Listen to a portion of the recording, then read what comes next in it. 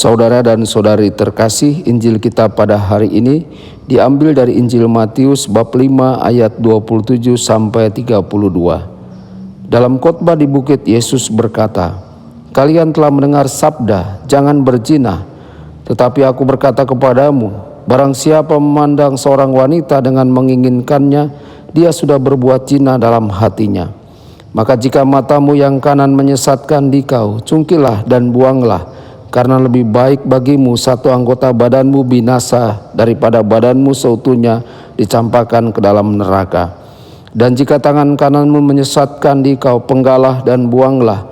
Karena lebih baik bagimu satu anggota badanmu binasa daripada dengan badanmu seutuhnya masuk neraka. Telah disabdakan juga, barang siapa menceraikan istrinya harus memberi surat cerai kepadanya. Tetapi aku berkata kepadamu, barang siapa menceraikan istrinya kecuali karena zina, dia membuat istrinya berzina.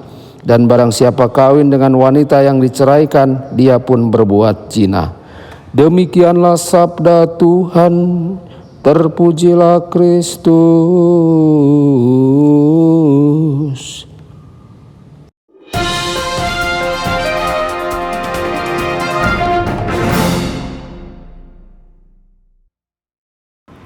Saudara dan saudari terkasih dimanapun Anda berada, jumpa lagi dengan saya Romo Tedens dalam saluran Warta Kabar Sukacita. Semoga Anda semua dimanapun berada senantiasa dalam keadaan sehat dan bahagia. Hari ini Yesus mengambil dua teks lagi dari Perjanjian Lama untuk menggambarkan sikapnya terhadap hukum Taurat dan maknanya. 1 dari 10 perintah Taurat mengatakan jangan berzina, dalam kitab Keluaran bab 20 ayat 14. Perzinahan di sini dipahami sebagai hubungan seksual antara dua orang yang salah satunya sudah menikah dengan orang lain. Tapi bagi Yesus, bagi seorang pria yang melihat wanita lain dengan nafsu, ia tidak mengatakan apakah salah satu dari mereka menikah sudah melanggar semangat perintah perzinahan dan jenis hubungan yang dia harapkan di antara mereka. Kita perlulah membedakan di sini antara seorang pria yang menganggap seorang wanita sangat cantik atau menarik, dan di sisi lain memandangnya sebagai objek untuk kepuasan seksual. Kita juga dapat menambahkan bahwa apa yang dikatakan di dalam Injil kali ini tentang laki-laki berlaku sama bagi perempuan. Jika wanita tidak disebutkan, itu karena dalam masyarakat kuno, inisiatif untuk aktivitas seksual jarang tersedia bagi wanita. Perintah ini pada kenyataannya bukan terutama tentang tindakan seksual. Perintah ini tentang martabat setiap orang yang tidak dapat diganggu-gugat, tentang rasa hormat yang mendalam yang harus dimiliki orang terhadap tubuh mereka sendiri dan tubuh orang lain.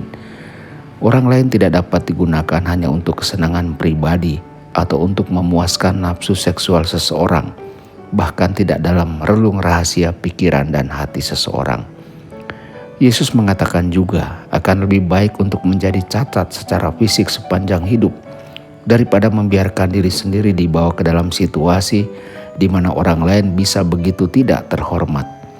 Pada manusia, kekuatan seksual kita memiliki tujuan ganda untuk mengungkapkan cinta yang dalam dan tulus antara dua orang dan untuk prokreasi kehidupan baru. Terkait dengan hal ini, Yesus mengutip dari kitab Ulangan bab 24 ayat 1. Barang siapa menceraikan istrinya harus memberikan surat kepadanya. Teks aslinya berbunyi sebagai berikut. Apabila seseorang mengambil seorang perempuan dan menjadi suaminya, dan jika kemudian ia tidak menyukai lagi perempuan itu, sebab didapatinya yang tidak senonoh padanya, lalu ia menulis surat cerai dan menyerahkannya ke tangan perempuan itu, sesudah itu menyuruh dia pergi dari rumahnya. Saudara-saudari, teks selanjutnya mengatakan bahwa jika wanita ini kemudian diceraikan oleh suami barunya, suami pertamanya tidak boleh mengambilnya kembali, karena dia telah dicemarkan dengan cara ini. Karena itu keji di mata Yahweh. Dua hal tampak jelas. Laki-lakilah yang dapat memulai perceraian dengan dalih wanita yang bersalah berzina dengan menikahi pria lain. Itulah sebabnya dia tidak dapat terima kembali oleh suami pertamanya. Saudara-saudari, Yesus menantang kedua tradisi ini. Orang-orang Yahudi menerima perceraian, tetapi Yesus mengesampingkannya. Satu-satunya pengecualian untuk perkawinan yang harus dibubarkan adalah atas dasar porneia. Ada banyak diskusi tentang arti istilah ini, tetapi tampaknya ini merujuk pada situasi khusus dalam komunitas Matius. Beberapa jenis pernikahan antara orang Yahudi dianggap sebagai incest, tetapi diperbolehkan dalam kasus seorang Yahudi menikahi seorang non-Yahudi. Tetapi Matius mengatakan bahwa dalam kasus seorang non-Yahudi menjadi seorang Kristen dan menikahi seorang mu'alaf Yahudi, pengecualian seperti itu tidak akan diizinkan dan perceraian tidak boleh terjadi. Yesus mengatakan lebih lanjut bahwa seorang pria yang menikahi seorang wanita yang telah diceraikan melakukan perzinahan. Yesus pertama-tama menempatkan pria dan wanita secara moral pada tingkat yang benar-benar setara.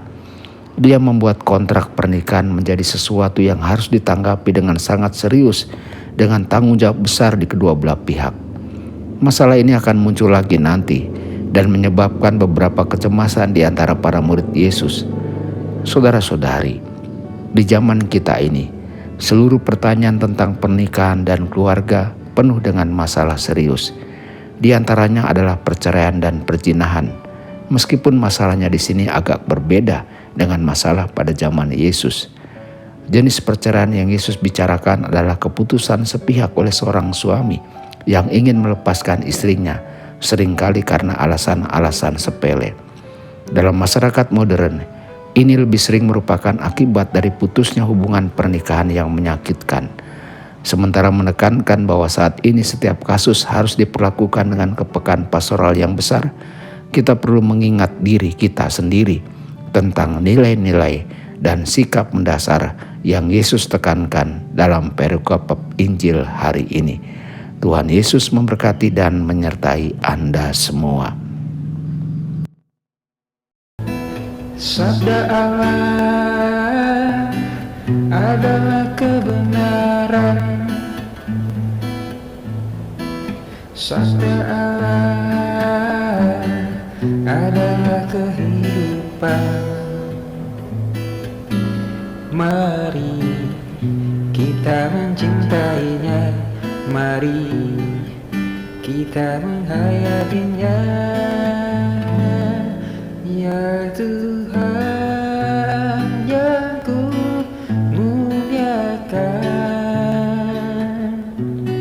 sabdamu angkat resahku.